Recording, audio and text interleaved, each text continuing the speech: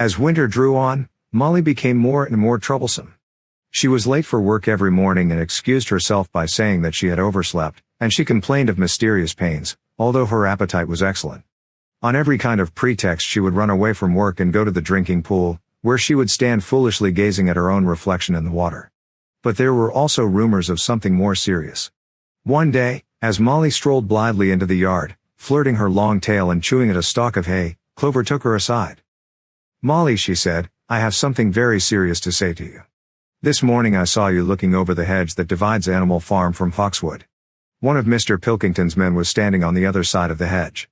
And I was a long way away, but I am almost certain I saw this. He was talking to you and you were allowing him to stroke your nose. What does that mean, Molly?" "He didn't. I wasn't." "It isn't true," cried Molly, beginning to prance about and paw the ground. "Molly, look me in the face. Do you give me your word of honor that that man was not stroking your nose?" "It isn't true," repeated Molly, but she could not look Clover in the face, and the next moment she took to her heels and galloped away into the field. A thought struck Clover. Without saying anything to the others, she went to Molly's stall and turned over the straw with her hoof. Hidden under the straw was a little pile of lumped sugar and several bunches of ribbon of different colors. 3 days later Molly disappeared. For some weeks nothing was known of her whereabouts, then the pigeons reported that they had seen her on the other side of Willingdon. She was between the shafts of a smart dog cart painted red and black, which was standing outside a public house. A fat red-faced man in check breeches and gaiters, who looked like a publican, was stroking her nose and feeding her with sugar. Her coat was newly clipped and she wore a scarlet ribbon round her forelock. She appeared to be enjoying herself, so the pigeons said. None of the animals ever mentioned Molly again. In January there came bitterly hard weather. The earth was like iron, and nothing could be done in the fields. Many meetings were held in the big barn, and the pigs occupied themselves with planning out the work of the coming season. It had come to be accepted that the pigs, who were manifestly cleverer than the other animals, should decide all questions of farm policy, though their decisions had to be ratified by a majority vote. This arrangement would have worked well enough if it had not been for the disputes between Snowball and Napoleon. These two disagreed at every point where disagreement was possible. If one of them suggested sowing a bigger acreage with barley, the other was certain to demand a bigger acreage of oats, and if one of them said that such and such a field was just right for cabbages, the other would declare that it was useless for anything except roots. Each had his own following, and there were some violent debates. At the meetings Snowball often won over the majority by his brilliant speeches, but Napoleon was better at canvassing support for himself in between times.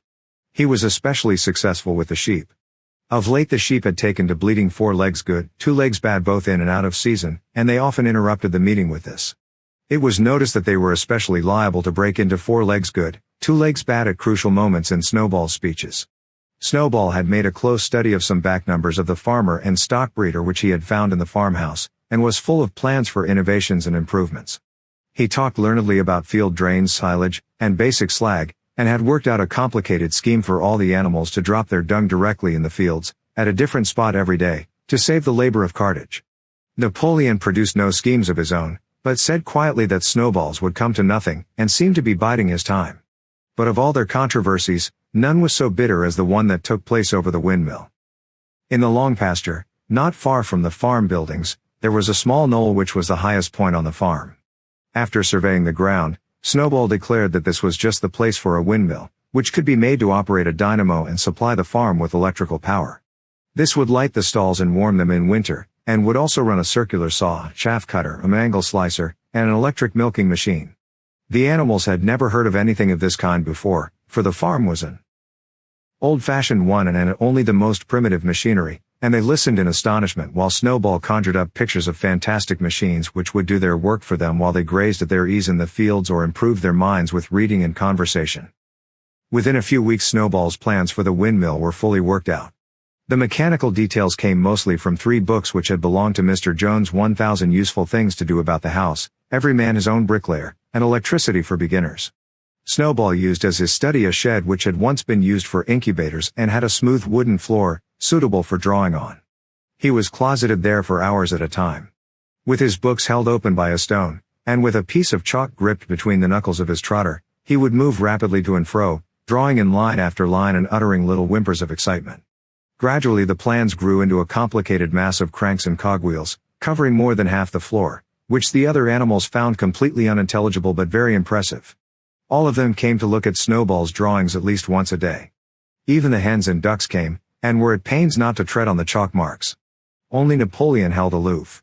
He had declared himself against the windmill from the start. One day, however, he arrived unexpectedly to examine the plans. He walked heavily round the shed, looked closely at every detail of the plans and snuffed at them once or twice, then stood for a little while contemplating them out of the corner of his eye. Then suddenly he lifted his leg, urinated over the plans, and walked out without uttering a word. The whole farm was deeply divided on the subject of the windmill. Snowball did not deny that to build it would be a difficult business. Stone would have to be carried and built up into walls, then the sails would have to be made, and after that there would be need for dynamos and cables. How these were to be procured Snowball did not say, but he maintained that it could all be done in a year. And thereafter, he declared, so much labor would be saved that the animals would only need to work 3 days a week. Napoleon, on the other hand, argued that the great need of the moment was to increase food production, and that if they wasted time on the windmill they would all starve to death. The animals formed themselves into 2 factions under the slogan, "Vote for Snowball and the 3-day week and vote for Napoleon and the full manger." Benjamin was the only animal who did not side with either faction. He refused to believe either that food would become more plentiful or that the windmill would save work. Windmill or no windmill, he said, life would go on as it had always gone on, that is, badly. Apart from the disputes over the windmill, there was the question of the defense of the farm. It was fully realized that though the human beings had been defeated in the Battle of the Cowshed, they might make another and more determined attempt to recapture the farm and reinstate Mr. Jones. They had all the more reason for doing so because the news of their defeat had spread across the countryside and made the animals on the neighboring farms more restive than ever. As usual, Snowball and Napoleon were in disagreement.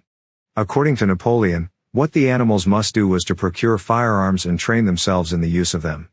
According to Snowball, they must send out more and more pigeons and stir up rebellion among the animals on the other farms.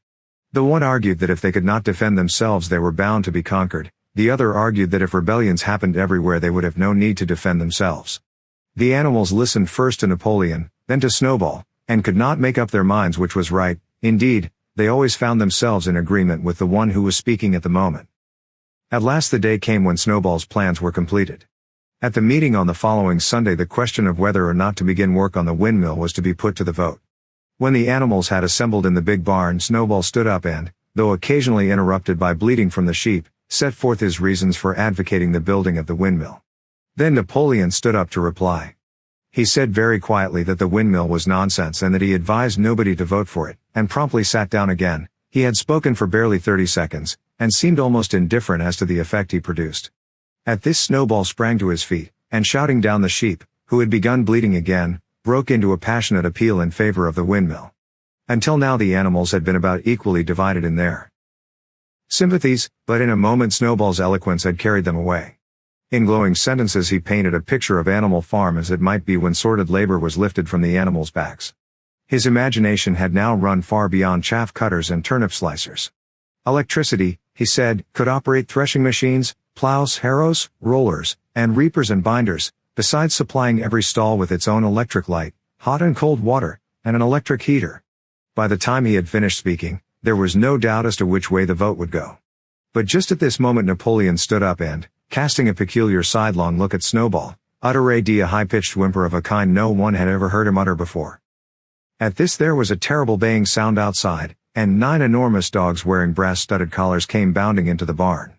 They dashed straight for Snowball, who only sprang from his place just in time to escape their snapping jaws. In a moment he was out of the door and they were after him. Too amazed and frightened to speak, all the animals crowded through the door to watch the chase. Snowball was racing across the long pasture that led to the road. He was running as only a pig can run, but the dogs were close on his heels. Suddenly he slipped and it seemed certain that they had him. Then he was up again, running faster than ever, then the dogs were gaining on him again. One of them all but closed his jaws on Snowball's tail, but Snowball whisked it free just in time.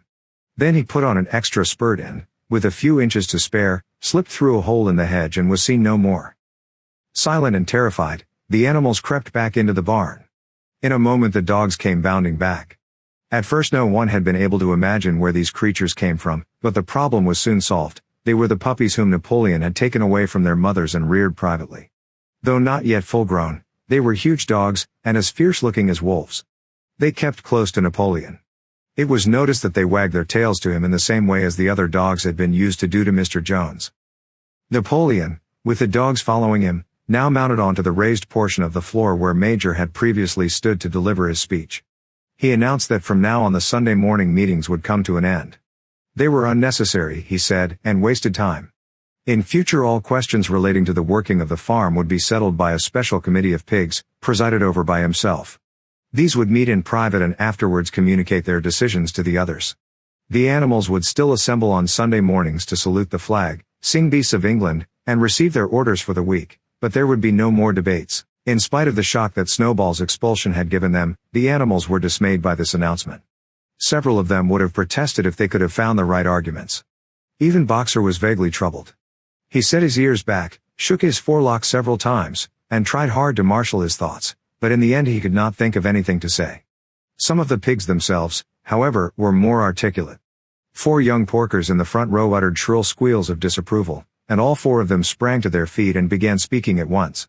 But suddenly the dogs sitting round Napoleon let out deep, menacing growls, and the pigs fell silent and sat down again. Then the sheep broke out into a tremendous bleating of 4 legs good, 2 legs bad, which went on for nearly a quarter of an hour and put an end to any chance of discussion. Afterwards Squealer was sent round the farm to explain the new arrangement to the others. "Comrades," he said, "I trust that every animal here appreciates the sacrifice that Comrade Napoleon has made in taking this extra labor upon himself. Do not imagine, comrades, that leadership is a pleasure. On the contrary, it is a deep and heavy responsibility. No one believes more firmly than Comrade Napoleon that all animals are equal. He would be only too happy to let you make your decisions for yourselves. But sometimes you might make the wrong decisions, comrades, and then where should we be? Suppose you had decided to follow Snowball, with his moonshine of Windmill Snowball, who, as we now know, was no better than a criminal? He fought bravely at the Battle of the Cowshed, said somebody. Bravery is not enough, said Squealer. Loyalty and obedience are more important. And as to the Battle of the Cowshed, I believe the time will come when we shall find that Snowball's part in it was much exaggerated. Discipline, comrades, iron discipline. That is the watchword for today. One false step, and our enemies would be upon us. Surely, comrades, you do not want Jones back." Once again this argument was unanswerable. Certainly the animals did not want Jones back. If the holding of debates on Sunday mornings was liable to bring him back, then the debates must stop. Boxer, who had now had time to think things over, voiced the general feeling by saying, "If Comrade Napoleon says it, it must be right." And from then on he adopted the maxim, "Napoleon is always right," in addition to his private motto of "I will work harder." By this time the weather had broken and the spring plowing had begun. The shed where Snowball had drawn his plans of the windmill had been shut up and it was assumed that the plans had been rubbed off the floor. Every Sunday morning at 10 o'clock the animals assembled in the big barn to receive their orders for the week. The skull of old Major, now clean of flesh, had been disinterred from the orchard and set up on a stump at the foot of the flagstaff, beside the gun. After the hoisting of the flag, the animals were required to file past the skull in a reverent manner before entering the barn. Nowadays they did not sit all together as they had done in the past. Napoleon, with Squealer and another pig named Minimus, who had a remarkable gift for composing songs and poems, sat on the front of the raised platform, with the 9 young dogs forming a semicircle round them, and the other pigs sitting behind. The rest of the animals sat facing them in the main body of the barn. Napoleon read out the orders for the week in a gruff soldierly style, and after a single singing of Beasts of England, all the animals dispersed. On the 3rd Sunday after Snowball's expulsion, the animals were somewhat surprised to hear Napoleon announce that the windmill was to be built after all. He did not give any reason for having changed his mind, but merely warned the animals that this extra task would mean very hard work. It might even be necessary to reduce their rations. The plans, however, had all been prepared, down to the last detail. A special committee of pigs had been at work upon them for the past 3 weeks. The building of the windmill, with various other improvements, was expected to take 2 years. That evening Squealer explained privately to the other animals that Napoleon had never in reality been opposed to the windmill. On the contrary, it was he who had advocated it in the beginning, and the plan which Snowball had drawn on the floor of the incubator shed had actually been stolen from among Napoleon's papers. The windmill was, in fact, Napoleon's own creation. Why, then, asked somebody, had he spoken so strongly against it? Here Squealer looked very sly. That, he said, was Comrade Napoleon's cunning. He had seemed to oppose the windmill, simply as a maneuver to get rid of Snowball, who was a dangerous character and a bad influence. Now that Snowball was out of the way, the plan could go forward without his interference. This, said Squealer, was something called tactics. He repeated a number of times, "Tactics, comrades, tactics," skipping round and whisking his tail with a merry laugh. The animals were not certain what the word meant, but Squealer spoke so persuasively, and the 3 dogs who happened to be with him growled so threateningly, that they accepted his explanation without further questions.